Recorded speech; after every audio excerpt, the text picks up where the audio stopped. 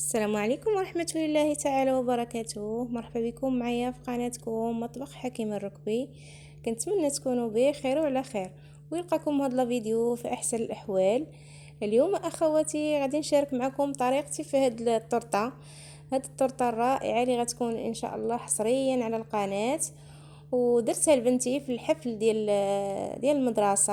عندهم واحد الحفل ديال نهايه السنه الدراسيه، وصوبت عليها وعجبت كاع الاساتذه والتلاميذ وكلهم شكروني عليها، وشاركتها معكم بالطريقه ديالها ان شاء الله وبالتفصيل الممل. وتابعوا الفيديو من الاول حتى الاخير، وما تنساوش اخواتي تشجعوني باللايكات ديالكم بالمشاركه ديالكم، راه كتحفزني بزاف بزاف.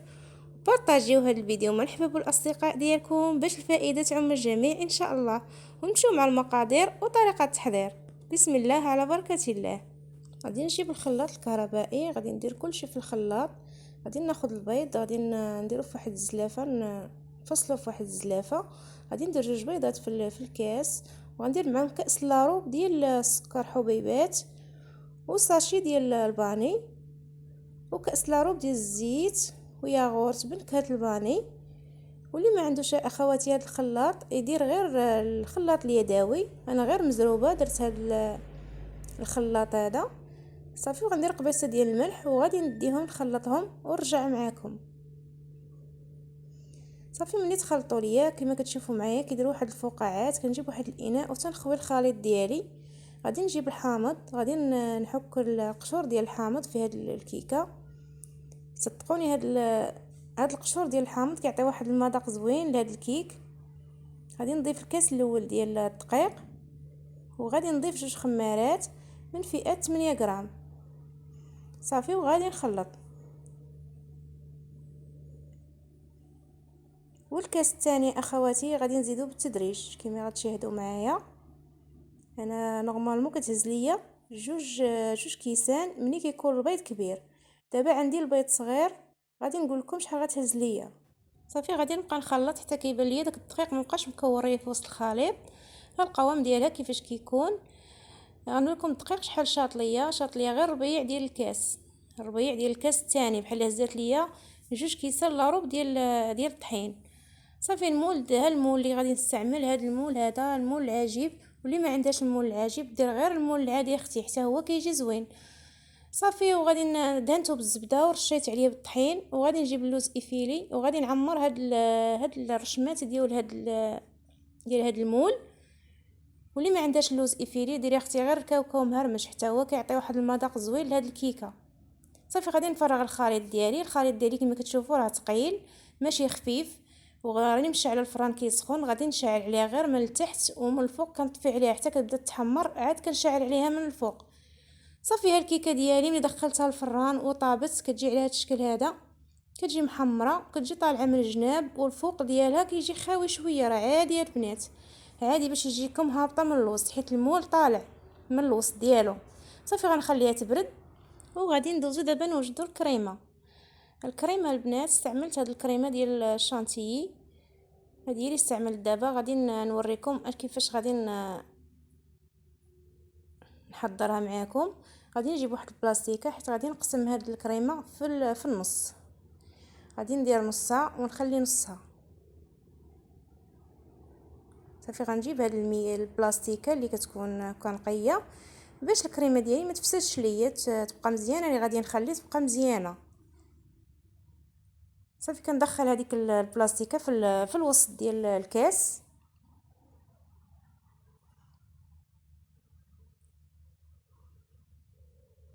صافي. وغادي نخوي هاد الكريمه كما كتشاهدوا معايا. غادي ندير النص في هاد الكاس والنص في هاد الكاس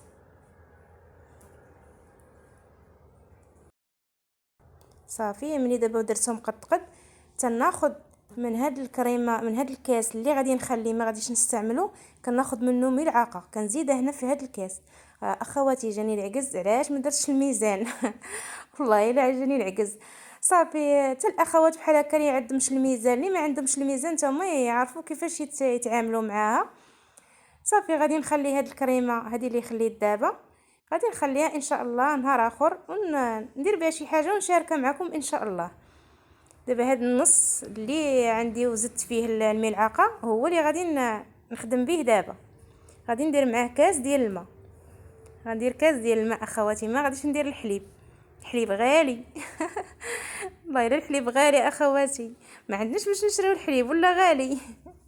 والله يصاوب صعب هادشي اللي كاين، الله يصاوب عينو على الجميع. صافي وغادي نطلع الكريمه ديالي بحال هكا بهاد الخلاط بالطرابه اخواتي. ضروري يكون عندكم هاد الطراب باش غادي نطلعوا الكريمه ديالكم. تنبقى على الطريقه هذه حتى كتطلع ليا الكريمه ديالي. والله الا كتجي زوينه وكتجي واقفه وزوينه وانتم غتشوفوها معايا. صافي الكريمه ديالي بدات كتطلع، كنستمر على هاد الطريقه هذه حتى كتطلع ليا الكريمه.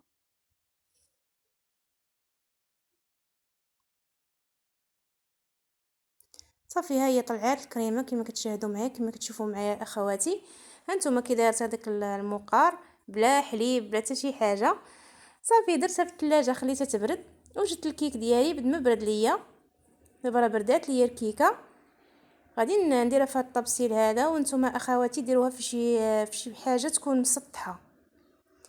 غادي نقول لكم علاش، على الحساب باش غادي تساعدكم باش غنتبقى تقسموها في وسط النص. انا الطبسيل حبس ليا باش غادي ناخذ الفوقاني يكون كبر من التحتاني. نديروها في شي حاجه تكون مسطحه بشي قراده ولا شي حاجه. صافي كنقطعها بحال هكا على هذا الشكل هذا. كندير في الاول الموس، في الاخر كندير الخيط باش غادي نقسمها. وكنأكد عليها هاد التحتاني يكون رقم الفوقاني. علاش اخواتي؟ باش هاد البلاصه هادي، باش هذيك الجهه الفوقانيه اللي فيها ديك الحفيره، اللي في ديك الحفره ما تتقبش ليكم، كما بغيتكم تطيحوا في المشكل اللي طحت فيه انا. صافي غادي الجهه الفوقانيه تكون غلظ من الجهه التحتانيه شويه. غادي نجيب هاد السيرو ديالي اللي درت فيه شويه الحامض والماء والسكر، وكنخليه حتى يطبخ فوق البوطه وسقيت به. صافي غادي نسقيو غير هاد الجهه التحتانيه حتى ديروا الكريمه. ما ديروش بحالي انا سقيتهم بجوج. الاخوات ما بغيتكمش تطيحوا في المشكل اللي طحت فيه انايا. سقيتهم بجوج، وملي بغيت نهز الاخرى كتمحنك شويه في الهزال، كتمحنك شويه. والاخوات اللي بحال هكا مبتدئين تقدر تهرس ليكم. سقيو هاد الكيك التحتاني، سقيوه وديروا لها الكريمه، وديروا لها هاد الكاوكاو هذا، راه كاوكاو مهرمش. وعاد باش تسقيو هاد الجهه الفوقانيه، عاد تسقيو هاد الطبقه الفوقانيه باش ما تهرش لكم ملي تبغيو تهزوها. صافي وكنضغطوا عليها بحال هكا شويه. ملي درت الكريمه ودرت هذاك الكاوكاو وضغطت عليها شويه ودخلتها للثلاجه وخليتها كتبرد. دابا غادي نمشي نصايب معكم هاد الكريمه هذه اللي كنديروا في الوسط ديال الكيكه، في هذيك كنعمروا بها هذيك الحفره ديال الكيكه. صافي في هاد الكريمه كندير كاس ديال الماء، وقياس كاس العنبه. انا وريت معكم غير كاس لارب ديال الماء، ولكن من بعد كنت كنطيب فيها زدت شويه الماء. هادشي البنات للامانه باش يجيكم القياس قد. صافي درت 2 معالق ديال كريم باتيسير، ودرت ملعقه ديال الفورس، دقيق الفورس. انا ما نورمالمون كنديروا النشا، انا درت الفورس، ما عنديش النشا درت الفورس. جا تا هو زوين واحد المذاق زوين. صافي وغادي ندير هاد النكهه هذه ديال الليمون. انا ما عنديش الليمون، ما لقيتش الليمون، درت هاد النكهه. كتباع عند اللي كيبيعوا هكا هذاكشي ديال الحلوى، كتاخديها من عنده ب5 دراهم، كتديلك شحال كتبقى عندك، كتاخدي منها كتبقى عندك كتستعمليها مده اطول. صافي حتى الليمون توا بيني وبينكم راه غلا بزاف.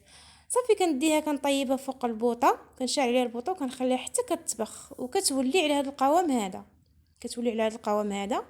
كنخرج الكيكه ديالي وهي سخونه، كنخرج الكيكه ديالي كما كتشاهدوا معايا من الثلاجه، وكنعمر بها هاد البلاصه هذه.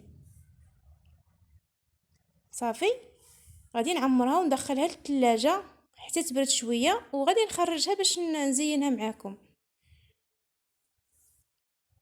صافي ملي بردات لي ديك الكريمه في الكيكه، خرجتها من الثلاجه. وكما كتشاهدوا معايا غادي تجيب واحد بحال هكا واحد الاطار ولا شي اناء عندك بحال هكا قد هاد الدوره ديال الرشمه ديال الكيكه صافي. وكنقلبها عليها وتنخدم عليها كما كتشاهدوا معايا. انا درت هاد المجامع هذا ديال السكر واتاي، خديت وحده منهم ديال السكر هي اللي خدمت بها، وكنحاول ندير الكريمه هكا من الجناب تنغطي بالكريمه صافي. كما كتشوفوا معايا الكريمه كيفاش دايره كتجي زوينه بزاف، راه ماشي بالشرط غير الحليب، راه حتى الماء كيطلعها زوينه وكتجيب واحد المذاق زوين. صافي غادي نبقى بحال هكا نقاد فيها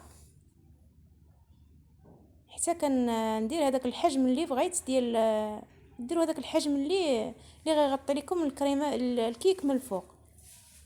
صافي كتبقاو تقادوا فيها بحال هكا على هذه الطريقه هذه، وكتجيبوا هذا الموس بحال هكا وتبقاي تليسي بالموس حتى تتقاديها مزيان.